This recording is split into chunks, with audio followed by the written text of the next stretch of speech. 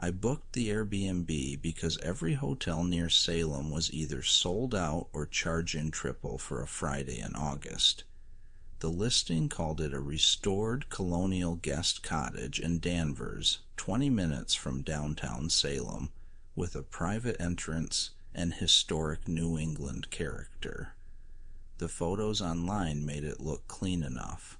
Crooked floors, low beams, white walls, a tiny kitchen, and a fenced yard backed by woods. I got there just before dark. The host, Denise, met me in the driveway, handed me a brass key, and gave me the kind of fast tour that feels more like a warning than a welcome. She showed me the kitchen, bathroom, bedroom, then pointed to a narrow door near the fridge. "Storage," she said. "It stays locked." I didn't care. I was only there for 2 nights. I had a wedding in Peabody the next day and just needed a place to sleep. The cottage smelled old even with the windows open. Not dirty, just aged. Dry wood, dust, something mineral from the stone foundation. I dropped my bag, ordered takeout, and sat on the bed eating while I watched the tree line go black. Denise's house sat about 40 yards away on the other side of a gravel strip, but once her porch light went off, the property felt isolated. At 11:30, I locked up and turned in. The first sound woke me at 1:17. I thought it was the TV next door until I remembered there wasn't one in the bedroom. It was faint, thin, almost too low to separate from the air conditioner. More than one voice, all female, speaking at the same time somewhere outside the window. Not singing, not talking normally either. The cadence rose and fell in short bursts, like people reading from the same page without caring if the words overlapped.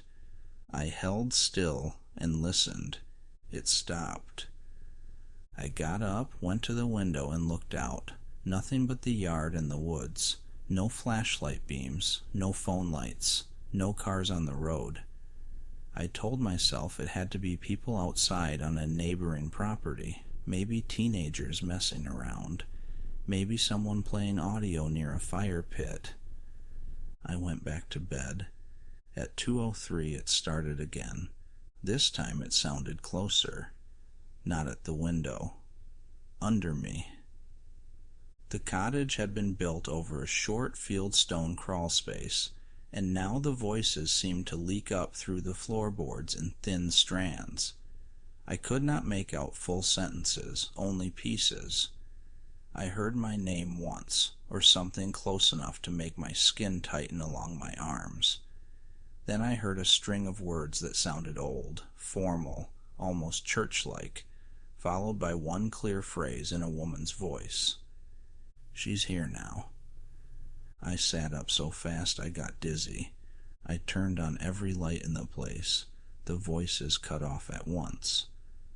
The locked storage door near the fridge had a deadbolt on it. I stood in front of it and listened. Nothing. I pressed my ear to the wood. At first I heard only the air conditioner and my own breathing. Then, very softly from the far side of the door, a whisper. "Keep her in the front room." I backed away so hard I hit the counter. I texted Denise. "Are you in the cottage? I hear people inside." No reply.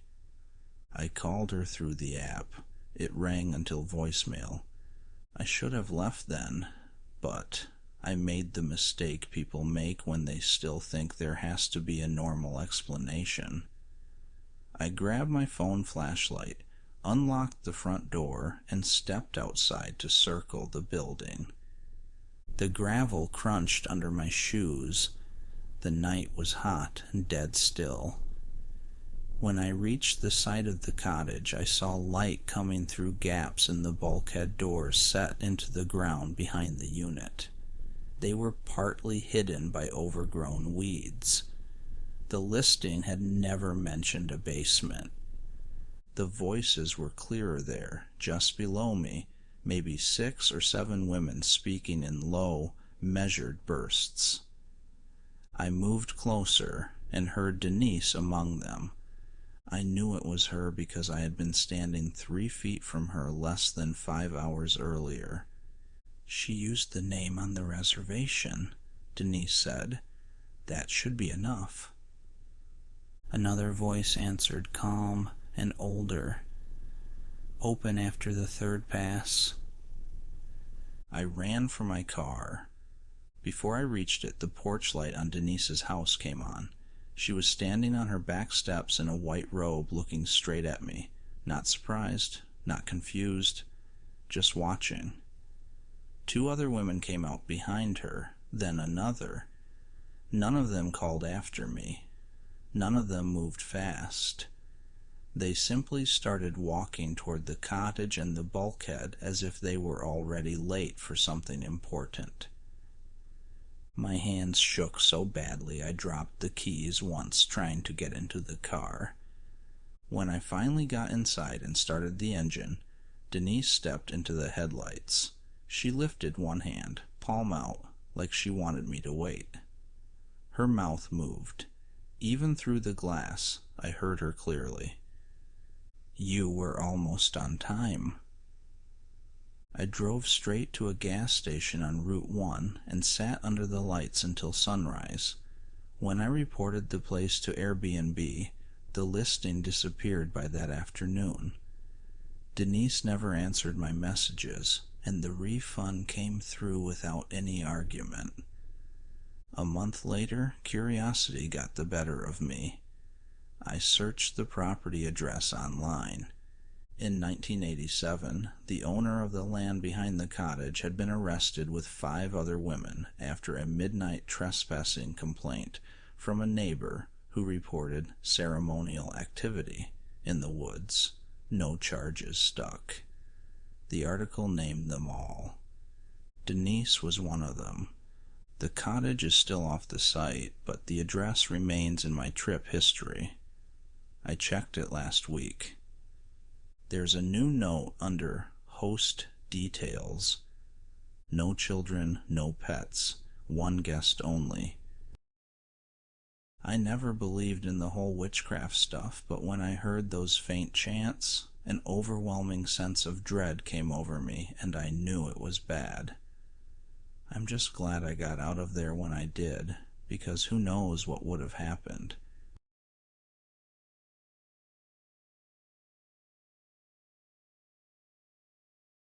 The listing said private entrance, full kitchen, quiet property, ideal for remote work. The host had more than 100 good reviews, all short and bland, clean, peaceful, great stay. I got there a little before sunset. The main house sat uphill behind a line of hedges, far enough that I figured I wouldn't see anyone. The guest house was 1 story, gray siding, gravel drive, keypad lock. Inside, it smelled like bleach and cedar. Everything looked recently wiped down. The bed was made tight, the counters clear, the bathroom stocked with hotel-size soap and shampoo. It felt staged, but not enough to bother me. The first thing that stood out was the bathroom mirror. It wasn't mounted flat. The top leaned away from the wall by maybe half an inch. I pressed it once, thinking it had come loose, but it held firm. The second thing was the closet in the bedroom. The sliding door stopped halfway, blocked by something behind the wall. I could fit my arm in and touch the side panel, but not see past it. I set up my laptop on the kitchen table and worked until dark. At around 10, I took a shower. Halfway through, I got the feeling that the bathroom had changed shape somehow. Not bigger, just less private. I turned off the water and listened. The vent above me gave off a faint rush of air, steady and cold. Then I noticed a second sound under it, very light, a careful shift of weight directly overhead. I stepped out, dried off fast, and stared at the vent. It was larger than normal, nearly the width of the shower.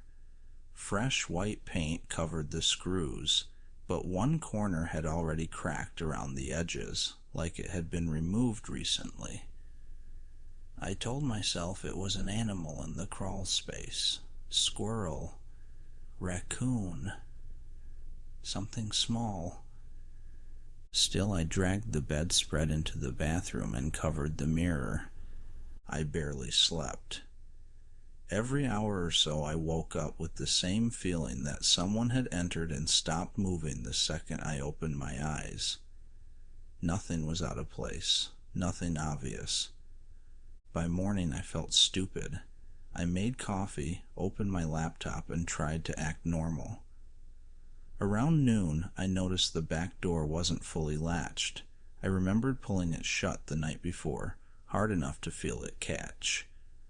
I locked it again and checked the windows, all sealed.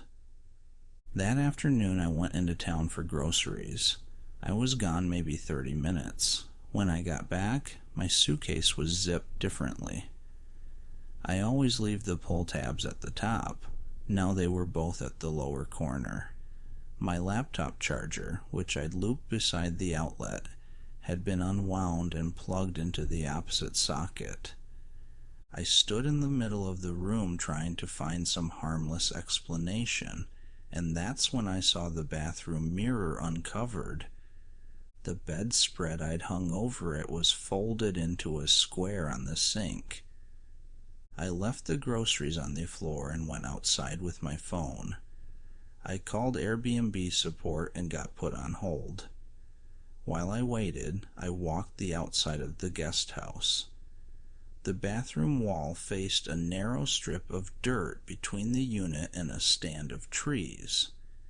There, half hidden under ivy, was a short metal door set low into the foundation. Crawl space access. The padlock hanging from it wasn't locked. I opened the door and shined my phone light inside. Dirt floor, plastic vapor barrier, pipes. Then, farther back, something that did not belong there, a sleeping bag, flattened from use, a plastic bin with protein bars and bottled water, a battery lantern, a bucket. I backed away so fast I hit the siding. Airbnb support finally picked up. I told them someone was under the house. While I was talking, I looked up at the roofline and saw a second vent above the bedroom. Same fresh paint, same cracked edges around the screws. The host's car rolled up before the sheriff did. An older man got out smiling like nothing was unusual, wiping his hands on a rag. He didn't come close. He just stood by his door and watched me stand there with my phone against my ear. When deputies arrived, they went through the crawl space first. Then they came out and asked for the listing on my app. The guest house, they said, had once been storage. It was never built as a separate rental. The crawl space had been modified with plywood walkways beneath both vents and a narrow opening behind the bedroom closet wall. Someone could move under nearly the whole unit without being seen. They found more than the sleeping bag. There was a phone charger, spare keys, a roll of duct tape, and a notebook with dates matching guest check-ins. My check-in date was already written down. I spent that night in a motel near the highway. Around 2 in the morning, I opened Airbnb to upload the police report and saw I had one new message from the host. The account profile had already been removed, so there was no name attached, just the gray default icon. The message contained a single line. "Why did you cover the bathroom mirror?" It gave me full body chills. I refused to stay in any Airbnb now.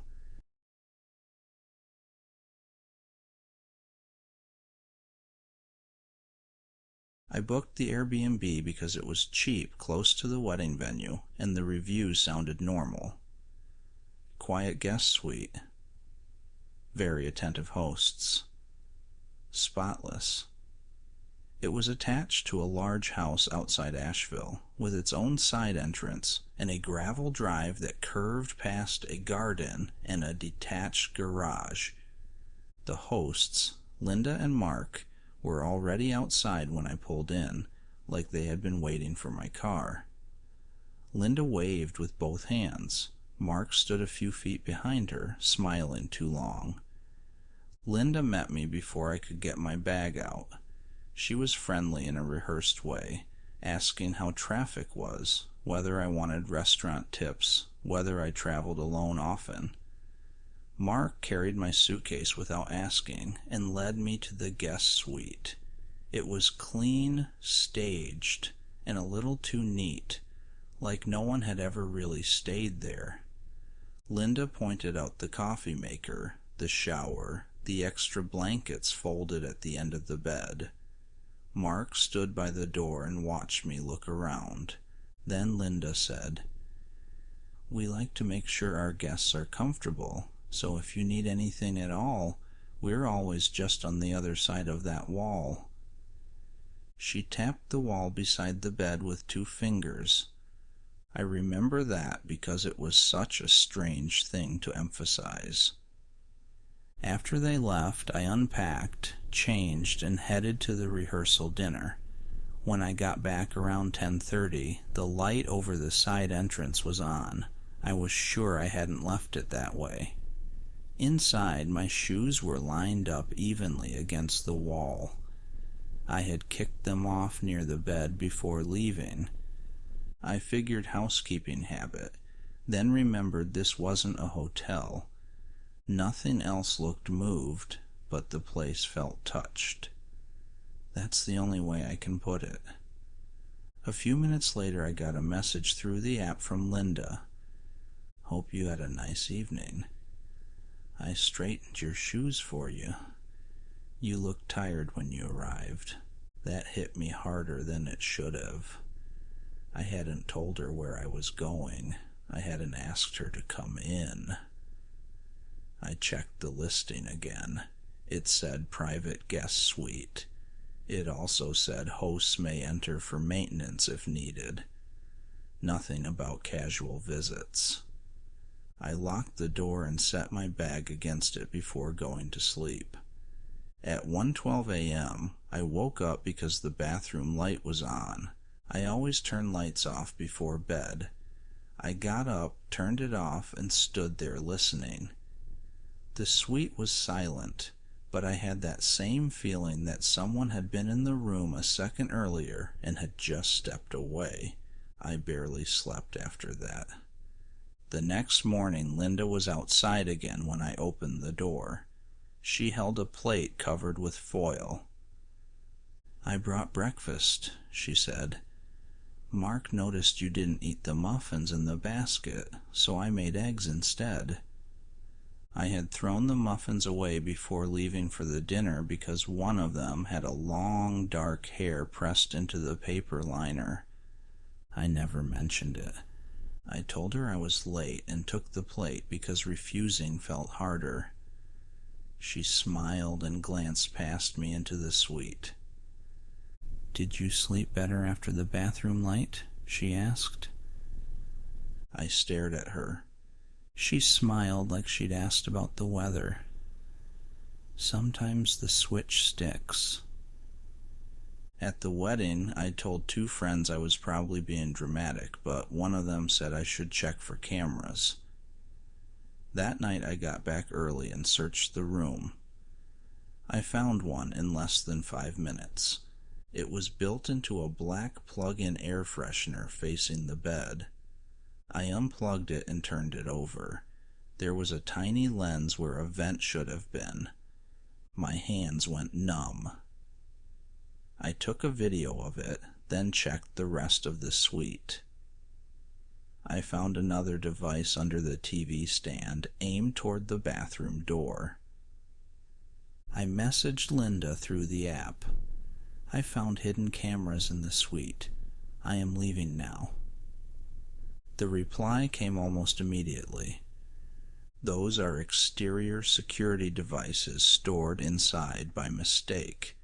Please do not overreact. Stored inside.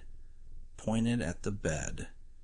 I shoved my clothes into my bag and called the friend I'd told earlier. He said he was 20 minutes away and to stay on the line with him.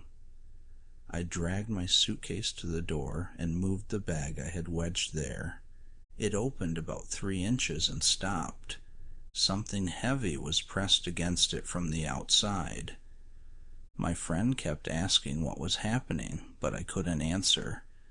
I was leaning into the door with my shoulder, trying to force it wider, and it would not move. Then I heard the deadbolt turn.